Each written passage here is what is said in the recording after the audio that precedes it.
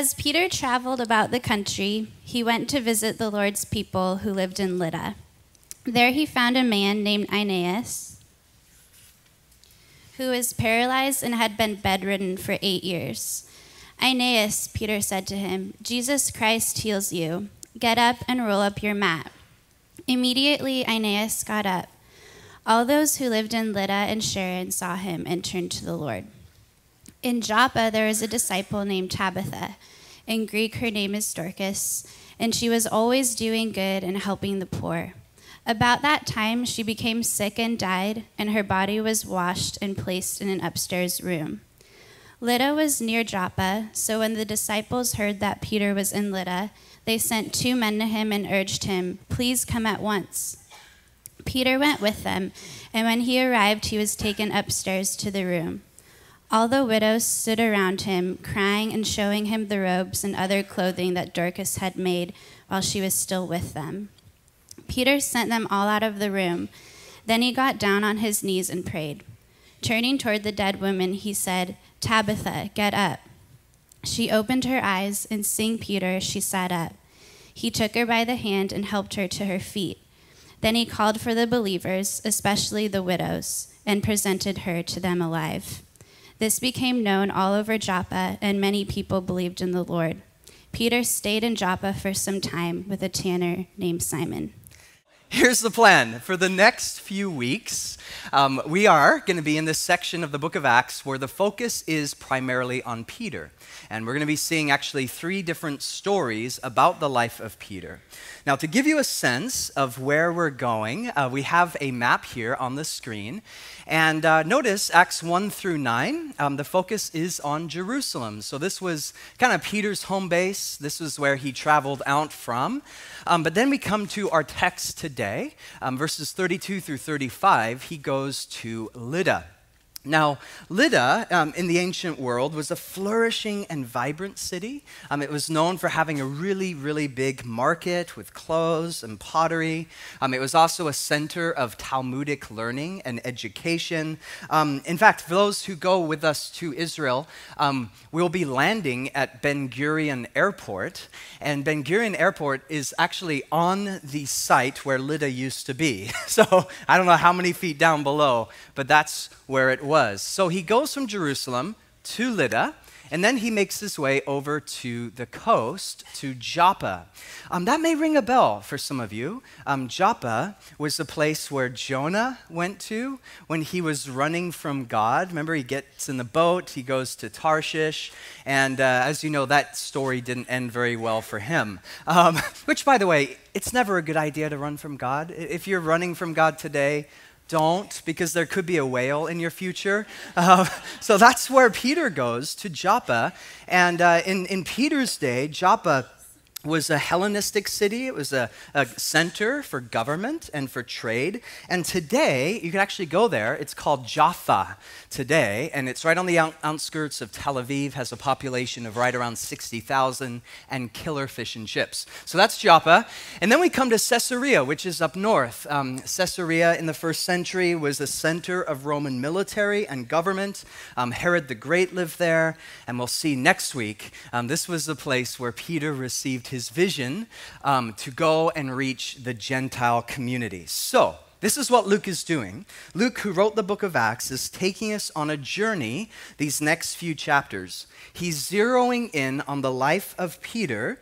He's showing us, A, what Peter is doing, but more importantly, B, he is showing us who Peter is. What Peter or Luke is doing is giving us insights and understanding of Peter's personality, his background, and his character.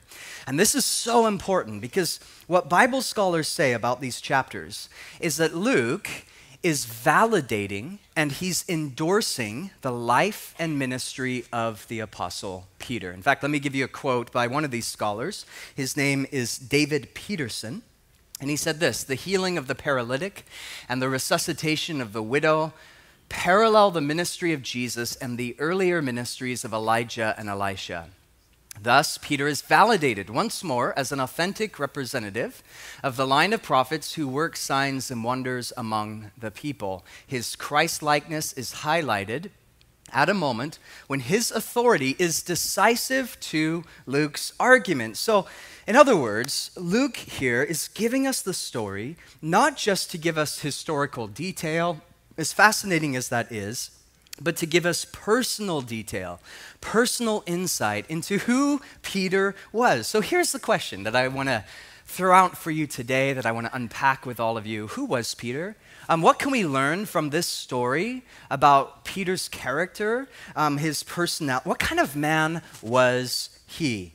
And studying through this text, historians, scholars, they really point out four things about Peter that we see in these stories. So if you're a note taker, grab a pen, grab a piece of paper, grab your iPhone app or whatever. But there's four thoughts to think through. Number one, notice here that Peter was courageous. He's courageous. Verse 32, he goes to Lydda. He sees a man who was paralyzed for 8 years. He walks right up to him and he says, "Hey, Jesus heals you. Get up, roll up your mat, and walk." Verse 36, we see a similar thing. He goes to Joppa and he meets a woman named Dorcas. Now, if you're pregnant today and you're thinking about, what do I name my kid?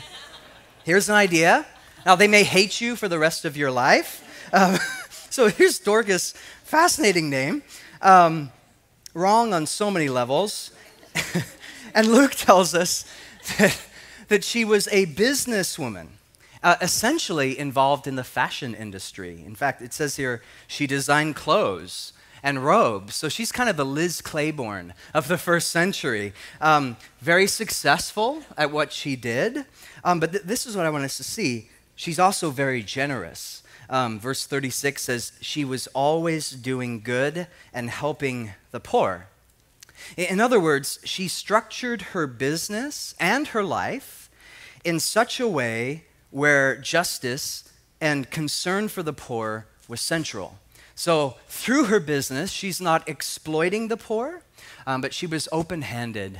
She was generous. And I think this is such a challenge to us, at least something to think through and to process, because we live in a time where so much of our clothes, so much of our industry, our technology worldwide is assembled and produced by the extreme poor of the world, and in some cases, sadly, through the exploitation of slave labor.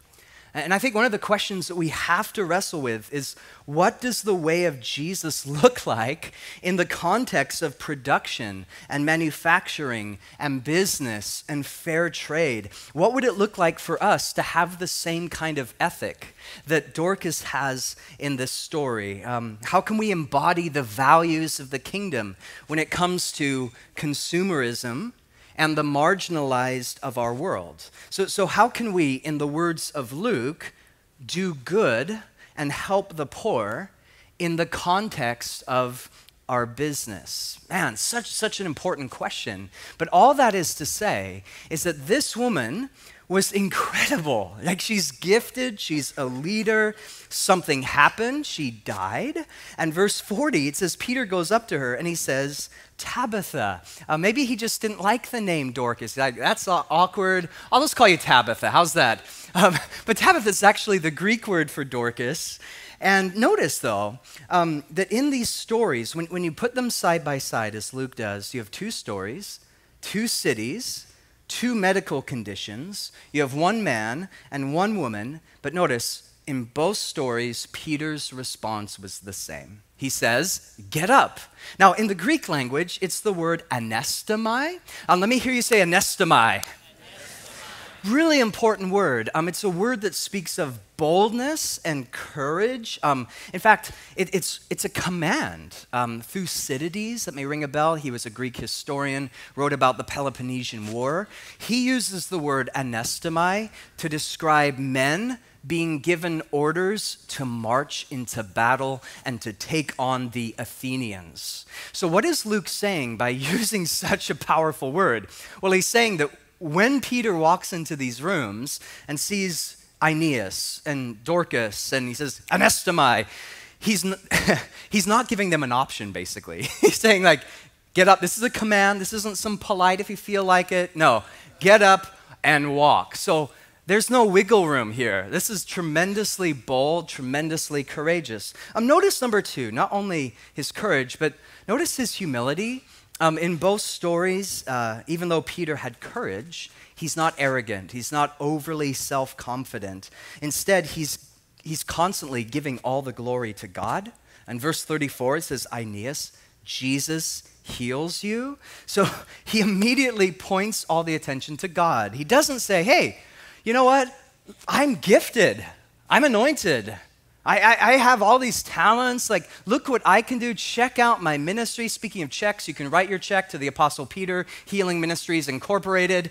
No, he doesn't do that. Instead, he walks in and boom, he's immediately saying, what's about to happen here is 110% because of Jesus. Verse 40, we see the same heart of humility. He gets on his knees and he prays. So there's a posture of dependency on God. He realized he needed God.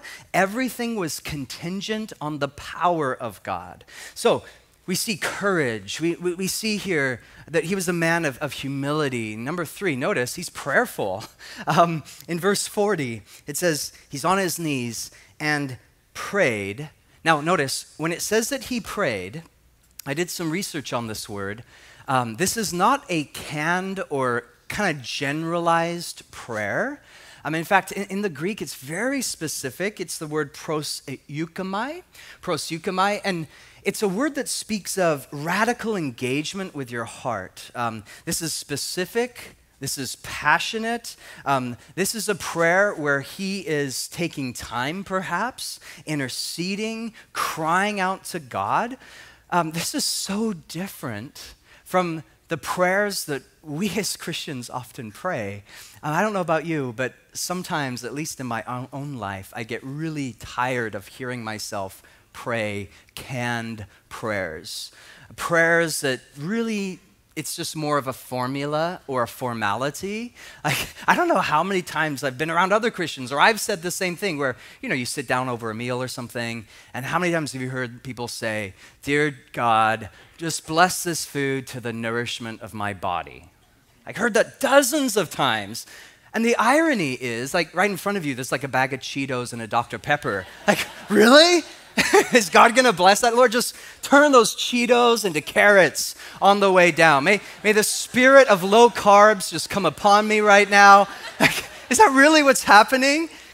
I think there's some foods that even if God wanted to bless, he can't. He's like, I'd like to, but that's not kale.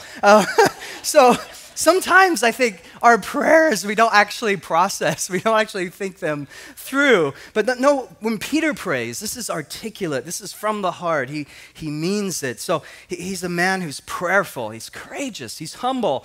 Notice number 4. I love this. He's an imitator of Jesus. As we talked about earlier, what's unique about these stories is how much they line up with the stories of Jesus in the Gospels. How so? Well, we have here on the slide 2 stories. If you look at the story of Aeneas and you compare it with Luke 5, verses 12 through 17, it's incredible how similar they are. Same with Dorcas, Luke 8, verses 51 through 56. Now, if we had time, we could go there, but you can check it out later. There's similar situations, and the same kind of language of healing is used, talitha, kumai. Jesus walks into these broken, messed up situations, and he brings healing. What does that tell us? Well, it tells us that Peter, who for 3 years had been with his rabbi, for 3 years listening, observing, watching, learning, engaging, and after 3 years, he's like, I'm going to do what Jesus did. I'm going to take those things, and I'm going to put them into practice. So Peter of Acts chapter 9 is simply reflecting Jesus, his Lord. So, again, what is Luke doing in this story? Well, he's giving us a story of healing, yes, but he is illustrating to us, he's saying very loud and clear, hey, check out this guy Peter. Look at the kind of man that he was. Courage, humility, prayer, imitator of Jesus. Now, as I went through these four things, so this last week, I'm reading all this stuff and researching the commentators, historians, and they're all saying this about Peter. But then it hit me a few days ago. I'm like, wait a minute. So Luke's telling us all these things about who Peter was. But when you look at the Gospels, those four things were not even in the same ballpark as to the kind of man that Peter was. In fact, I would argue that in the Gospels, those four things weren't so much strengths, they were weaknesses. These were things that he struggled with. These were areas where he failed again and again and again. And I just found myself thinking, is this a joke? Like, really? Is this the same guy? Is this the same Peter? Because, well, let's just talk about courage. So you go to the Gospels. Was Peter a courageous man? Well, remember the story in Matthew 14.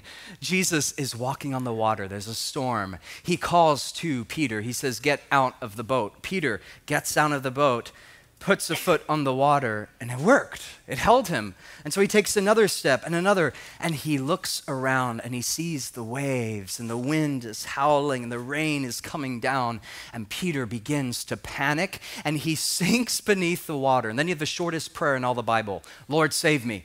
And Jesus, he comes and he grabs him, one arm curl, right? Just lifts him up. He's like, do you even lift, bro? And he puts him in the boat. And then he says, hey, why are you afraid? So courage, this wasn't an area of strength for Peter. Well, how about humility? What, was he a humble? Are you kidding me? Like, the Peter of the Gospels, humility was not a strong point. In fact, remember the story, Matthew 26. Jesus warned his disciples. He's like, hey, you guys are going to deny me. You're going to betray me. Some of you are going to run away. And what does Peter say? He says, not me. Those guys might. But no, I will never, ever deny you. Jesus, my name, Peter, means rock. You can just call me Rocky. I'm right there. I'm by your side. So he kind of had this arrogance about him. He was very, very self-assured. I was reading about Muhammad Ali, the boxer, the famous boxer, and some of the biographers writing about his life and what happened. And you may know this, but Muhammad Ali wasn't known for his humility. That's saying it lightly. And there's one true story where he was on a plane, and the flight attendant comes up to him, and she's like, sir, we're going to have some turbulence. Can you put on your seatbelt? And he looks up at her, and he's like, Superman don't need no seatbelt. And she looked back at him, and it's like the best comeback ever. She's like, well, Superman don't need no plane either.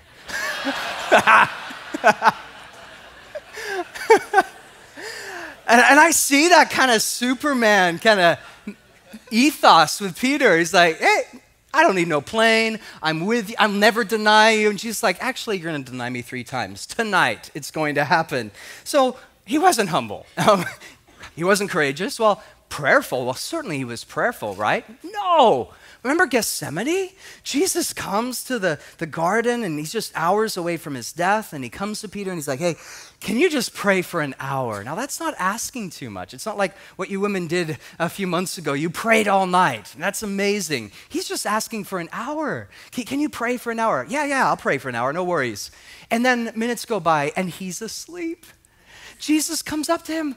What are you doing? Wake up. Okay, I'll pray. He starts to pray. He fell asleep. 3 times this happened. The soldiers came to arrest Jesus. Peter wakes up. He's so confused. It says he pulls out his little sword, and he just rushes forward and starts cutting ears off people. I guess he found it irresistible or something. So prayer was not a strong point with Peter. He wasn't humble. He wasn't courageous. Well, how about, was he an imitator of Jesus? I mean, that's what he did here in Acts 9. Surely that must be who he was in the Gospels. No. Matthew 16. Remember, Jesus, he has this conversation. He's like, hey, Peter, I'm going to die. I'm going to go to the cross. I'm going to suffer. And Peter argues with Jesus. He's like, no, you're not. You're not going to die. And what does Jesus say to him? He looks at him and he says, get behind me, what? Satan. Now, how would you like Jesus to call you that? Like imagine it's the 4 minutes. You turn around, it's Jesus. Wow, that's cool. He's like, I go here. Oh, nice. Now imagine you meet him and he looks at you and he's like, Satan? Like, that would be so devastating. He was not imitating Jesus. In fact, in Matthew, he looked a lot closer to the devil than he did to Jesus. So I go through this list. I'm like, okay, is this some weird joke that Luke is pulling here? When he tells us about Luke or Peter and he's telling us who he was and his humility and prayer and imitation and courage, I'm like, these aren't strengths for him. These are weaknesses. So here's the question. What on earth is going on? How could it be that in such a short amount of time, I mean, we're talking 5 years, at the most, maybe 10 years. How could it be that all the areas where Peter failed are not only areas of strength, but these are the exact areas where Jesus is now using him to bring healing to others? Like, what happened? What's going on here? That's what I've been wrestling with. Welcome to my week. Like all week long, I've just been like, how could this happen? I think the first answer is, well, Pentecost, Acts 2, boom, the Spirit of God comes down. But what I want to argue is I think there was a change that happened in his heart in the days before Pentecost. What was that change? Well, you note takers, write this down. Luke chapter 22. I want to argue that Luke 22 is the pivotal moment in the life of Peter. Context, he had just denied Jesus 3 times. He was standing at an enemy's fire. A servant girl comes up to him, hey, you're a follower of Jesus. He's like, no, I'm not. 3 times he denied him. 3 times the rooster crows. And then it says, the Lord turned and looked straight at Peter. I've always wondered, what was that look like? You know, for years I used to think, oh, it was a look of anger, rage, hostility, disappointment. But actually, the more I get to know Jesus, I think this was a look of compassion and grace. And there was something about that look where Peter remembered the word the Lord had spoken to him, and he went outside and wept bitterly. Now again, you note takers, you want to circle, highlight, underline that phrase, wept bitterly. I think this is the pivotal moment for Peter. Because that phrase, it speaks of a deep, convulsive brokenness, a sobbing. Something happened in his life where he realized, I am not the man that I thought I was. I can't do this on my own. I'm not strong enough. I'm not good enough. Like every time I try, I fail. I swore that I would never, ever deny Jesus, and I did the one thing I thought I never would. We could put it this way. Peter here comes to the end of himself, and he realized how desperately he needed God. He weeps. He's broken. He cries out to the Lord. But listen, it was when Peter was broken that God had room to do his greatest work. And if you keep reading the story, that's exactly what happened. So Jesus dies, he's buried, he is risen from the dead. And one of the first things that he does is he tracks Peter down. He goes back to where Peter was and he gives him a second chance. And he says to Peter, follow me. Those same words that he gave him when he first called him, follow me. Peter, feed my sheep. You see, when Peter couldn't see past his failure, it was then that Jesus met him with an ocean of grace. Are there any Chronicles of Narnia fans in the house today? Yes, I love it. One of my favorite stories from there is called The Voyage of the Dawn Treader. If you haven't read it, man, it's amazing. You might be thinking, well, Dom, isn't that a children's book? Yes, but it's packed with theology. It's amazing, absolutely incredible. George MacDonald, he said, when I became an adult, that's when I enjoyed fairy stories. There's something about the way that Lewis writes that's just beautiful and evocative and pictures of Jesus. And he tells a story. There's a 12-year-old boy named Eustace. And Eustace was horrible. He just had a terrible personality. He hated everyone. Everyone hated him. He's selfish. He's mean. And he was just isolated from people, didn't want anything to do with people, just thought about himself the whole time. And it kind of tracks what happened in his life. And he finds himself in Narnia, and he comes to this cave. And he goes inside the cave, and it's filled with treasure. Amazing. Everywhere his eye could see, treasure. And in that moment, greed filled his heart, and he thought, this is my chance. I'm rich. Now I can get back at everyone who's ever been mean to me and cruel to me. And so he began to just pick up the treasure and hoard the treasure, but he didn't know that there was a spell on that treasure, that it belonged to a dragon. Well, you know the story if you've read it. He fell asleep. He got really tired. And when he woke up, something was wrong. His arm hurt, and he noticed, wow, his arm looks like a claw. And then he goes to this clear, cool pool of water, and he looks and sees his own reflection. And Eustace had become the dragon. He panics. He freaks out. He tries to rip off the scales that were on his body, gets his claws and tries to tear them off, but they wouldn't tear off. He didn't have the strength to do it. He begins to cry and to sob. He's broken. He calls out, but no one seems to hear him. But then finally, Aslan the lion shows up, who's this beautiful picture of Jesus. And he comes to him and he says, Eustace, you can't change yourself. I am the only one who can do that for you. And he invited Eustace to come to him. And then he had this battle, well, do I come? Because that lion looks really big and really scary. But he was so desperate. It was like this tipping point in his heart where he takes the step toward the lion. Listen to what Eustace said. He said, I was afraid of his claws, I can tell you, but I was pretty nearly desperate now. So I just lay flat down on my back to let him do it. The very first tear that he made was so deep that I thought it had gone right through into my heart. And when he began pulling the skin off, it hurt worse than anything I've ever felt.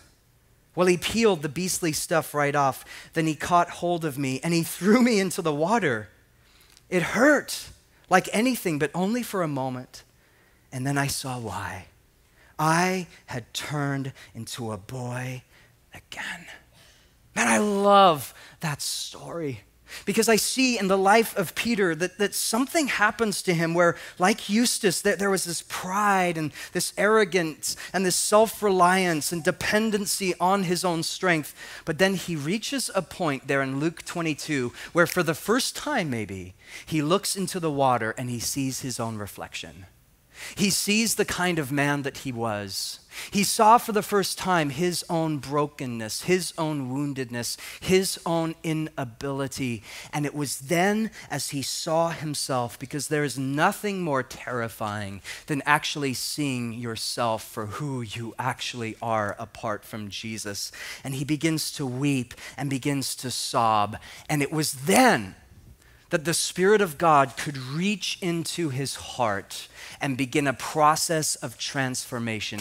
Like a lion, Jesus began to rip past the scales. Jesus began to reach past the pride. And this Peter, whose life had been marked by failure, was now overcome with grace and with joy and with the Spirit of God. That's the Peter that we read about in Acts. And that is why all those areas where he had failed, now God says, I'm going to use you there. And you see, this isn't just Peter's story. What hit me is, this is my story, and this is your story too. This is the work that God is doing in your life. One theologian put it this way. He said, we cannot transform our lives unless we allow them to be transformed by the stroke of grace. Grace strikes us when we're in great pain and restlessness. It strikes us when year after year, the longed for perfection of life does not appear, when the old compulsions reign within us as they have done for decades, when despair destroys all joy and courage. At that moment, a wave of light breaks into our darkness. And it is as though a voice were saying, "You are accepted.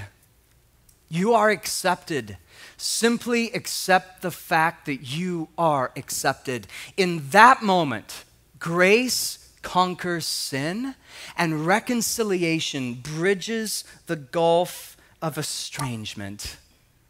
Brothers and sisters, what grace does is it retells the story of your failure and it makes it something beautiful. And so I just want to ask today, have you received the grace of God in your life? I think there could be some here today where maybe you can identify with the Peter in the Gospels. Maybe you've been around church circles for some time, maybe even raised in a Christian home. But one of the things that can happen with that familiarity of Jesus is sometimes our heart isn't softened towards him. And there can be this propensity, at least in my own heart, where I become dependent on myself, where I think, you know what, Lord? I've got this figured out. I'm Peter. I'll never deny you. I'll never betray you. I'll never turn away from you. And there's this self-reliance within us. But listen, it's only a matter of time before we come to the end of ourself, and maybe like Peter, you find yourself standing at the enemy's fire and doing the one thing that you thought you would never, ever do. And I think this is a word for someone here, maybe several. It is so much better that you come to him now with a humble heart and a broken heart. When you come to him saying, God, I recognize I can't do it on my own. I need your grace and I need your help. So much better that you be real with him and authentic with him and receive his grace now. Jesus said, he said, if you come to me, he said, you'll be broken. But if I have to come to you, if the rock has to come to you, he says you'll be ground to powder. God is near to the brokenhearted. And if we lay down our pride and our self-reliance today, we encounter grace that transforms us and changes us. You know, I think there's others in this story where you can identify not so much with the Peter in the Gospels, but you identify with the Peter of Luke 22, where maybe you've spent time at the enemy's fire. Maybe you look at your own life and all you see is a long list of failures. Maybe you see failure in your past, failure in your relationships with others, failures in your walk with God, failure in your marriage or as a parent, maybe failure to forgive or let go of the past. Maybe it's failure in making the right decision, and you wish if only I could go back and rewind the clock. And because of those failures, some of us today, we're here and we have this sense of condemnation. We feel that God is through with you. Maybe for some of us, we've had that reflection in the mirror and we see who we actually are and we wonder, God, how could you love someone like me? Listen, if that's where you're at today, if you have that sense of shame and guilt, Jesus is not done with you. He loves you and he forgives you, and check this out, he wants to use even your mistakes in the lives of others. This is the powerful, revolutionary truth about grace. Again, you look at that list of Peter, courageous, humble, prayerful, imitator of Jesus. You could just write epic fail across all of them. And yet because of grace, God takes those four things and says, guess what, Peter? I'm going to use you in those same four areas where you blew it and messed up. One theologian, he put it this way. He said, to live by grace means to acknowledge my whole life story, the light side and the dark. In admitting my shadow side, I learn who I am and what God's grace means, that a saint is not someone who is good, but who experiences the goodness of God. So last night, I had the opportunity, our missional community got to spend time with Dave and Adonica Scrivens, and amazing couple is sitting right here. And I just want to invite all of you to be in prayer for Adonica as she right now is battling cancer and just really needs our prayer as a church for healing and for hope. And we love you guys so much. We're with you guys and whatever we can do as a church. Like, there's so much love here. And we're journeying with them through this journey. And we had an opportunity to just gather around and pray and just intercede for Adonica. And I had a chance as well to talk to Dave. And I've had the privilege over this last year to get to know Dave a bit and to hear some of his story. And he was sharing with me last night, and he said, please share this. His story, years and years ago, there was a lot of brokenness and a lot of addiction, specifically in the area of sexual addiction. A lot of pain there, a lot of mistakes that were made. And yet, by God's grace, God got a hold of him and rescued him and healed him and set him free. Like, completely different man. And that's what grace does. Like, it takes you from being the dragon looking in the mirror to a man who's empowered and filled with the Spirit of God. And a number of years ago, he started something at our church we call 423 Men, which is specifically for men who are struggling with sexual issues and addictions or pornography or whatever the case may be. We also have 423 Women as well. And he was sharing with me last night, over 300 people, 300 men over the last few years have come through this program and encountered healing and deliverance and restoration with God. Like, how awesome is that? And right now, yeah, that's something to applaud.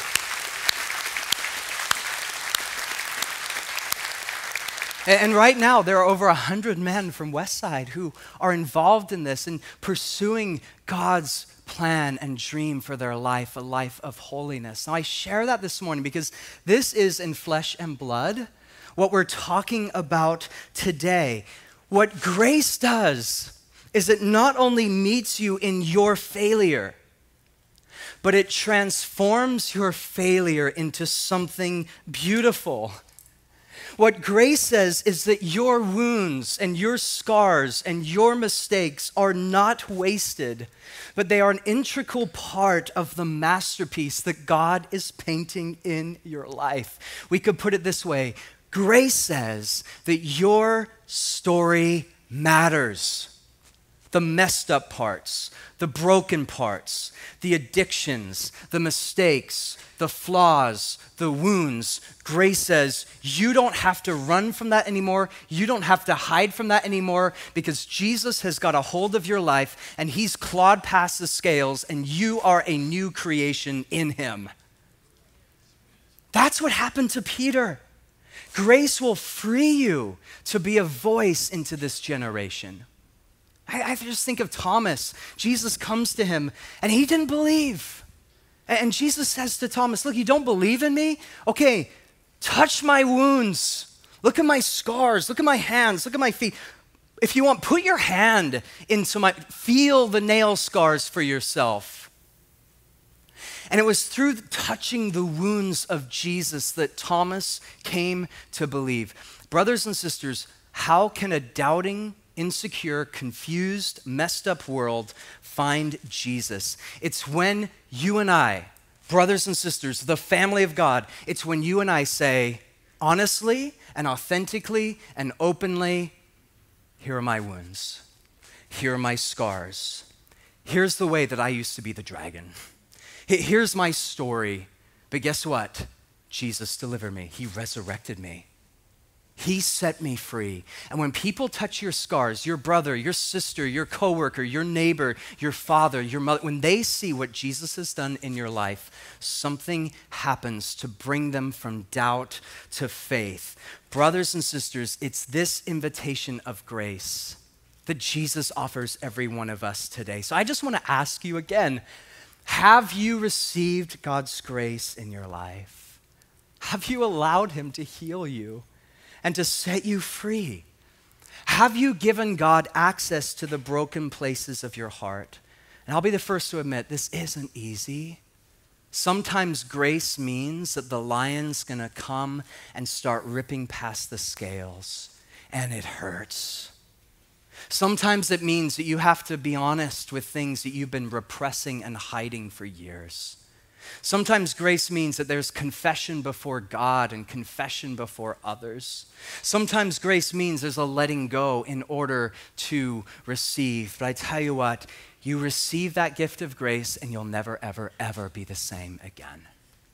So my daughter Amelia, when she was 2, she's 10 now. When she was 2 and we're living in Hawaii, one day she's sitting downstairs and playing with her Thomas the Tank Engine. And she had, like most 2-year-olds, a temper. And it was this massive temper tantrum. Some of us still have them from time to time. And next thing I know is that Thomas goes from point A to point B. He flies across the room and smashes against the wall. I'm like, okay, we can't have this. So I go and I pick up Amelia, my daughter, and I say, sweetie, it's time for a timeout. Now, Amelia is a complete extrovert. A timeout is her idea of hell on earth. And so she's like, no, not the dreaded timeout. And so I pick her up. Again, she's just 2 years old. Timeout, and I start walking her up the stairs. And she's like, no, I don't want Daddy, please, please, please. And nothing was working. Like I'm trying to persuade, or she's trying to persuade me, and I'm like, nope, you're getting a timeout. And finally, she pulled out her final trick. She grabs my face, true story, and turns it so it's like an inch away from hers. And with these intense blue eyes, she looks at me and she says, but Daddy, what about grace? What do you do with that? Like I was a pastor, I teach about grace, I talk about grace. Perfect, brilliant move as a pastor's kid. You see, there's something about grace. It changes everything. It transforms everything. And brothers and sisters, I want you to know today that wherever you're at, whatever you're experiencing, whatever your story may be, is that there is this thing called grace. And if you let the lion into your heart today, let him tear past the scales, he's going to transform you and renew you because all things are new in Jesus. That is the gift that he offers to us.